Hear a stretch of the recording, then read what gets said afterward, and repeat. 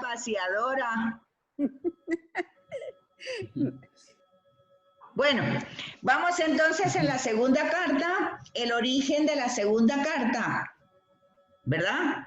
Ya ven que se escribió a finales del 57 desde Macedonia. ¿Saben ustedes que a mí me llamó la atención un comentario que hizo este padre del de Cristonautas en la televisión? Ah, ya. Resulta que yo sí sabía, ¿verdad? Que en el tema del tiempo que Jesús hizo su ministerio público, según los sinópticos, era un solo año. Y según San Juan son 3 años. Y que el criterio de San Juan es porque va a Jerusalén 3 veces. Pero este sacerdote sí dijo como en una forma, pero así concreta y afirmada y puntualizada, dice, no, Jesús realmente predicó a lo más año y medio. Fíjense ustedes qué cosa más pequeña. No fueron, o sea, por eso es imposible que nosotros miremos en los evangelios ni la vida de Jesús, ni la historia de Jesús, ni la biografía de Jesús, sino únicamente su ministerio público. Y él explicaba que ese ministerio no duró nada, casi que lo que dura la pandemia, fíjense ustedes. Así es que tenemos que aprender mucho de la pandemia porque si Jesús... Hola, hijo. ¿Y de dónde saca él ese dato? Sí. Pues como él es estudioso de la escritura, es que mira, yo sí sabía que todos los sinópticos te presentan un viaje, Jesús de la Galilea a Jerusalén. En ese viaje él va enseñando, va curando y llega a Jerusalén y lo matan. Así es la historia en los sinópticos. Pero en el Evangelio de Juan, no. En el Evangelio de Juan hay otro enfoque. Entonces ahí es donde la gente se ubica en el Evangelio de Juan y dice, el ministerio público de Jesús duró 3 años. Dice la gente, pero él dice no, duró a lo más años 6 meses, 18 meses. ¿Qué les parece? ¿Y de dónde parte ese criterio? De los sinópticos que hay. Porque solamente fue una subida de Jerusalén, de ahí parte. Sí. De ahí parte. Aquí. Bueno, entonces ya estoy grabando, ¿verdad o no? Sí, por Mayrita, sí. No sé si las vea. Entonces dice, ¿por qué escribe esta carta, la segunda? Pues dice que debe de haber ocurrido acontecimientos entre la primera fue la que no tenemos, ¿verdad? Y la segunda fue la que se escribió, y luego hay una tercera que no tenemos, ¿verdad? ¿Se acuerdan? Ahí está dicho ahorita. Hay indicios que San Pablo hizo una segunda visita, porque anuncia una tercera. Y Pablo debió sufrir mucho por las intrigas y las calumnias de los judaizantes. Acuérdense que cuando vimos Hechos de los Apóstoles, él salía corriendo porque lo querían matar. ¿Pero quiénes? Los judíos que estaban en otros lugares, ¿verdad? Esos se van a llamar los judaizantes. Y básicamente la invitación es del perdón. Si ustedes se dan cuenta, el tema central del cristianismo, conforme lo va desarrollando los sinópticos y lo va desarrollando Pablo en su teología, es Jesús es compasivo y lo perdona todo. Sobre todo eso lo vemos cuando en Lucas Jesús presenta la parábola del hijo pródigo, ¿verdad? Entonces es la invitación a perdonarlo todo. Y ahí está el tema del himno de la primera de Corintios 13. O sea, el amor como perdón, el amor como forma de perdón. Esa es la manera como realmente se va a patentizar el amor. Y en esta visita escribió entonces otra carta que ya dijimos que se perdió, y Tito fue el portador de esa carta. Ok, aquí dice que hay una fotocopia del padre Pedro García. ya vimos que los judeocristianos eran los judíos que se habían convertido al cristianismo, pero que estaban no estaban en Palestina, sino en este caso estaban en Grecia, ¿verdad? O en Corinto, venidos de fuera. Ellos buscan llegar a ser jefes de la comunidad. O sea que los judaizantes creen que tienen cierto privilegio ante los paganos.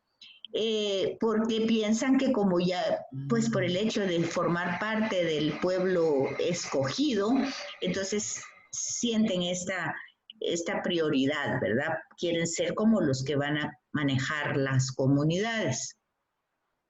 Como tenían perdida la batalla de la circuncisión, los gentiles, ¿verdad? Buscan un nuevo campo de batalla. El auténtico Jesús, el auténtico evangelio y el auténtico apóstol. ¿Quién es el auténtico Jesús? ¿Quién es el auténtico, cuál es el auténtico evangelio? ¿Y quiénes son de verdad sus seguidores, o sea, los apóstoles? Entonces... Una pregunta. El otro día me preguntaban que por qué había pedido la circuncisión. Le digo, posiblemente fue una necesidad de limpieza, de higiene, pero no creo que nuestro Señor les haya mandado a pedir la circuncisión. ¿O tú qué dices? Bueno, tú ves que la circuncisión como origen era una muestra corporal de pertenecer al pueblo de Dios. Ese fue el sentido en Génesis. ¿Pero la razón? Ese era el sentido y la razón, o sea, ese era el argumento, pertenecían al pueblo de Dios. Entonces aquí era, bueno, ahora si Jesús era judío y se circuncidó, entonces sus seguidores tendrán que tener esa muestra corporal de ser sus seguidores con la circuncisión, y aquí es donde va a decir que no, porque ahí es donde se rompen todas esas costumbres. Algunos los van a seguir, ya como tú dices, al menos todavía en la época. Yo recuerdo que cuando yo tuve a mis hijos, pues ya hace rato, ¿verdad? Y yo le pregunté al pediatra y le pregunté que si había que circuncidarlos. Y él me dijo así, me contestó, mira, me dijo, si tú tienes cuidado con la higiene de ellos ahorita que son pequeños, no es necesario. Eso es un tema higiénico. Eso ya es hasta estas épocas, ¿verdad? Pero aquí en estos entornos, básicamente el tema era pertenencia. Una pertenencia que no puedes demostrar, por ni modo que... Pues lo que me imagino tal vez que ya en un momento demasiado importante, tal vez era como un tatuaje, pues, no sé. Pero acordate que eso era solo a los hombres. Un rito. Sí, era un rito. Entonces, lo que se ve aquí es que estas personas actúan diferente de San Pablo, porque se hacen pagar por predicar el Evangelio. Llevan cartas de recomendación, hacen ostentación de manifestaciones extáticas. ¿Qué significan eso?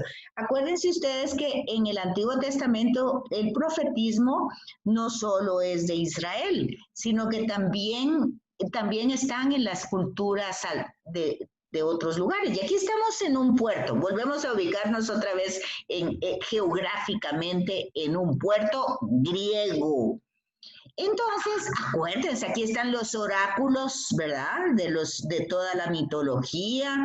Está toda una religiosidad, pero una religiosidad diferente, es una religiosidad politeísta, con toda esa formación o todo ese sentido de los oráculos, de los dioses, de todo eso que ya lo supimos anteriormente. Entonces, ¿qué pasaba con ellos? Pues ellos tenían aquello que eran los éxtasis, ¿verdad? Que entraban así como en trance. Muchas veces esas cosas las hacían porque ingerían algunos, pues, hongos, hojas, cosas así, ¿verdad? Y entonces lo hacían para tener esa experiencia.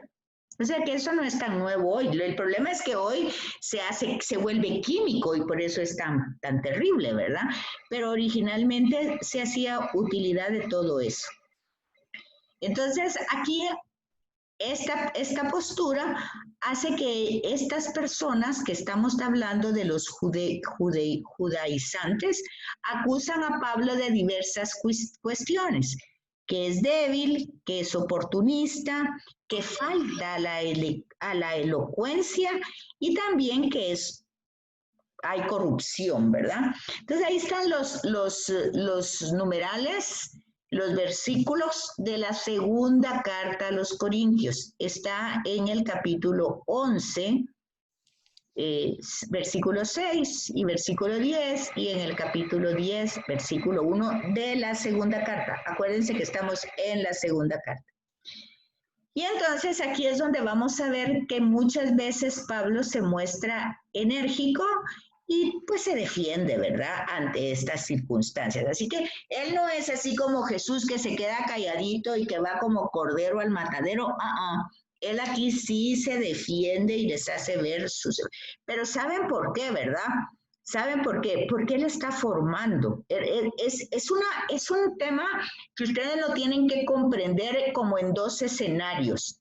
Jesús, pues básicamente anuncia, la gran noticia de Jesús es que Dios ama. Esa es su característica fundamental. Dios es amor. Y básicamente que Él es el intermediario de ese amor. ¿Cómo demuestra ese amor? Pues lo demuestra siendo compasivo, se compadece del sufrimiento humano y perdona. ¿Cómo demuestra el perdón? No solamente cuando dice tus pecados te son perdonados, sino en las mesas abiertas. Vean ustedes que hasta el día de hoy, ustedes no invitan a cualquiera a su casa, ¿no? Entonces imagínense ustedes en aquella cultura lo que significó en el judaísmo que Jesús tuviera mesas abiertas, que comiera con ladrones, prostitutas y todo eso provocó gran escándalo. Imagínense, hoy por hoy, les vuelvo a repetir, ninguno de ustedes invita a una persona que no considere pues decorosa para su casa. Imagínense Jesús. Entonces, ahí es donde ustedes tienen que encontrar la diferencia, que es Jesús anunciando el amor de Dios y desarrollándolo a través de la compasión, y por eso toca al endemoniado, al leproso, al paralítico, al ciego. Eran impuros, Él los toca, los abraza, los restaura, los libera. La compasión. Y luego el perdón con la mesa abierta. Ahora Pablo tiene otro escenario. Él está con los paganos, estos sí comen con quien sea, hacen lo que sea, todo es diferente. Pero él lleva ahí entonces a dar un anuncio, ¿sí? Pero luego lo que tiene que hacer es catequizar. La catequesis y la parenesis. Entonces aquí es lo que Jesús no catequiza, aunque en el Evangelio de Juan pareciera que cada capítulo de los 7 signos son catequesis, pero eso ya se tendría que estudiar como el Evangelio de Juan, ¿verdad? Como estudiar. ¿Qué manda? Yo no sé cómo te educaron a ti, pero en mi casa había la costumbre que los vueltos a casar no eran invitados a las casas. ¿Ya ves? Bueno, gracias a Dios eso cambió.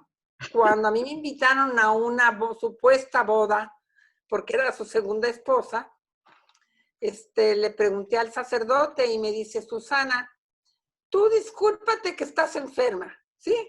Pero en cuanto pase la boda, los invitas a comer a tu casa. Mira qué diferencia puesta de, ¿sí? Sí. Porque caemos en el juicio. Claro. Yo no hablo de drogadictos ni de ladrones, sino gente que por cualquier circunstancia se volvió a casar, ¿verdad? Bueno, pero drogadictos y ladrones a veces están en nuestra propia casa. Bueno, pero me refiero a los de la calle, no los voy a invitar. Pero a veces están en nuestra propia casa y entonces entramos en el tema de ayer, de la hipocresía, ¿verdad? Sí. Hay mucha, miren, eso es tiene mucha tela que cortar y eso es exégesis. O sea, la hipocresía de la que habla Jesús ayer, el doblez de la conducta es un tema muy sutil, porque constantemente nosotros tendríamos que estar rectificando nuestras intenciones, constantemente. Ese es el tema de hoy, de la vigilancia, es estar constantemente rectificando, observando, porque esa es vigilar nuestras intenciones. ¿Con qué intención estoy haciendo esto? ¿Por qué me callé? ¿Realmente me callé porque esto o por otro? Entonces, porque ya se sabe, pues, que ante Dios no vamos a presumir de nada. Él lo sabe todo. Entonces, partiendo de eso, nosotros somos los que tenemos que vigilar. Entonces, vean ustedes que dice que esta carta, ¿quién es Tito? Dice, es el hermano, aquel que gracias a su empeño personal en la misión consuela a Pablo en la segunda carta a los Corintios, capítulo 7, versículo 6. Tito también es el colaborador que lleva a término una iniciativa comunitaria. Vive la misma solicitud de Pablo por la misión. También está en la segunda de los Corintios, capítulo 12, versículo 18. También vive el mismo espíritu de apóstol y asume el mismo compromiso suscitado por la fe en Jesús, en el capítulo 8 y versículos 6, 16 y 23. En la carta a los Gálatas también vemos a Tito, que acompaña a Pablo y que procede con responsabilidad y autonomía. Y Pablo lo considera hijo en la fe.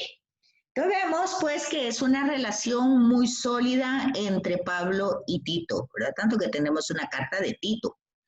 Tito consiguió que los corintios se arrepintieran, estuvo a cargo de esa comunidad entonces.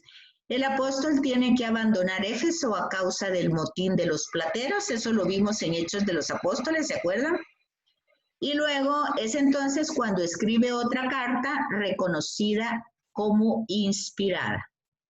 Entonces al final, esto ya lo hemos visto como 5 veces, 4 cartas a los corintios, 2 perdidas y tenemos 2. Esto lo hemos repetido y repetido y repetido. Ahí está. Si eso está más que claro, ¿verdad? ¿Dónde dice que hubo una carta? Ahí está. ¿Dónde dice que no la tenemos? Ahí está. Bueno, solo tenemos 2 canónicas. ¿Dudas, preguntas hasta aquí? Pues ya aparecerán, así como aparecieron en el Mar Muerto, sí, aparecieron algunos de Isaías, ya aparecerán estas cartas, ¿verdad? Pues de repente, a ver si aparece. Bueno, ahora lo que nos toca, ¿verdad? El contenido doctrinal de la carta. Entonces dice que esta carta se extiende principalmente en 3 puntos. El ministerio apostólico de Pablo, la colecta a Jerusalén y las calumnias de los adversarios. Ahí va. Ese es el contenido doctrinal. 3 grandes puntos. Su misterio, él es apóstol, su ministerio, él es apóstol, es columna, la colecta a Jerusalén y las calumnias. Ahora, aquí tenemos una serie de citas. Claro que ya saben ustedes que en la grabación ahí están, pero yo sí sugiero que las leamos para que las podamos compartir. No sé si quieren que se las dicte o si ustedes la ven ahí o cómo hacemos. Yo las voy a escribir y luego si quieren las compartimos, porque luego me da pereza abrir toda la conferencia, si ya la oí. Ok, entonces acuérdense que estamos en la segunda carta a los Corintios, no se tienen que perder con la primera, todo es la segunda. Capítulo 1, versículo del 1 al capítulo 2, versículo 13. Todo el capítulo 1 y el capítulo 2 hasta el 13. Luego nos vamos al capítulo 7, del 5 al 15. Ahí vamos a encontrar el tema de la reconciliación. Después nos vamos al capítulo 2, que ya habíamos leído el 13. Bueno, aquí es un montonazo ustedes. Es prácticamente desde el capítulo 2 hasta capítulo 2, versículo 14, hasta el capítulo 7, versículo 14. Pero entonces aquí, miren, sin hacerse tantas bolas, aquí hay que leer toda la carta. No hay tanto problema. En la primera parte que va casi de lo que está poniendo son los temas a qué se refiere, ¿verdad? Está haciendo como una división. La primera parte es la reconciliación. Luego del capítulo 2 al capítulo 7, versículo 14, es la defensa de su ministerio. O sea que se lleva 5 capítulos defendiéndose. Luego está la invectiva contra los infieles, que también entra en esos mismos capítulos, del 6, versículo 14 al 7, 2. Después la colecta de Corinto y Acaya, que son 2 capítulos, el 8 y el 9. Y luego la apología, o sea, la defensa otra vez, o sea, hay varias defensas tiene en su carta. Entonces aquí se defiende ya con lágrimas, ¿verdad? O sea que ya está muy lastimado. De los capítulos 10 al 13. Es toda la carta, solo que ahí tienen las divisiones. Si de Cristo predicamos que fue resucitado de entre los muertos, ¿cómo algunos de entre ustedes dicen que manda? Perdón, solo poneme le voy a tomar un screenshot a todo el ¿qué le vas a tomar? Eso. Screenshot.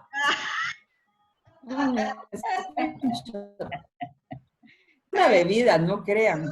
Fantásticas ustedes, de veras.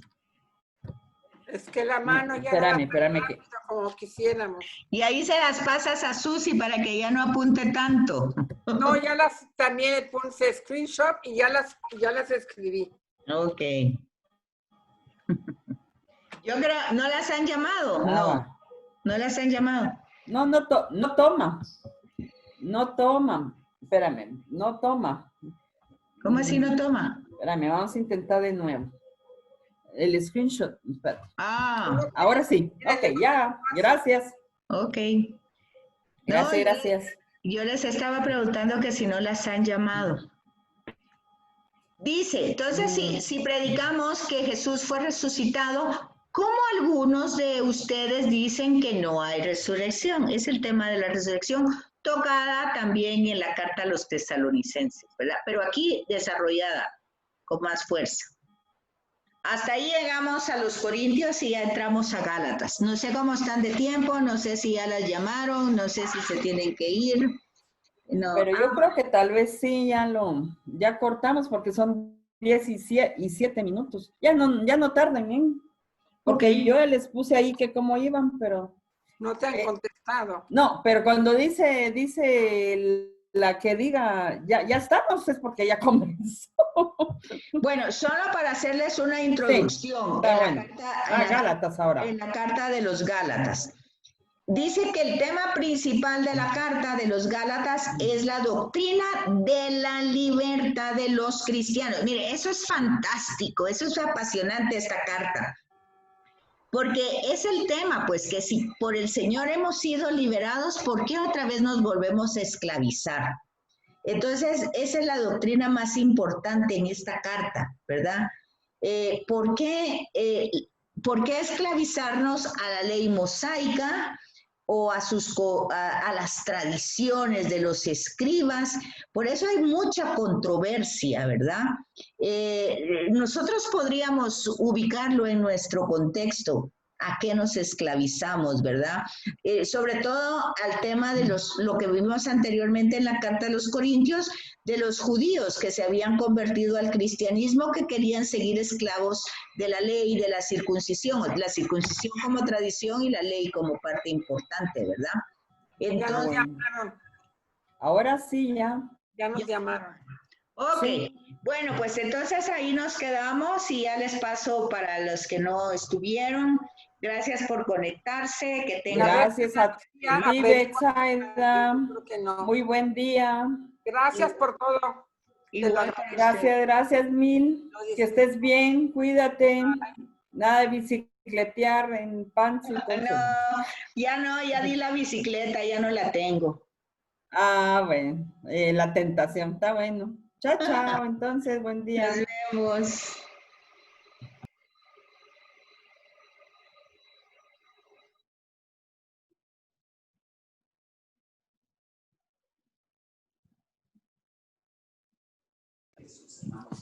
Gracias, Betsaida. A la orden, feliz día.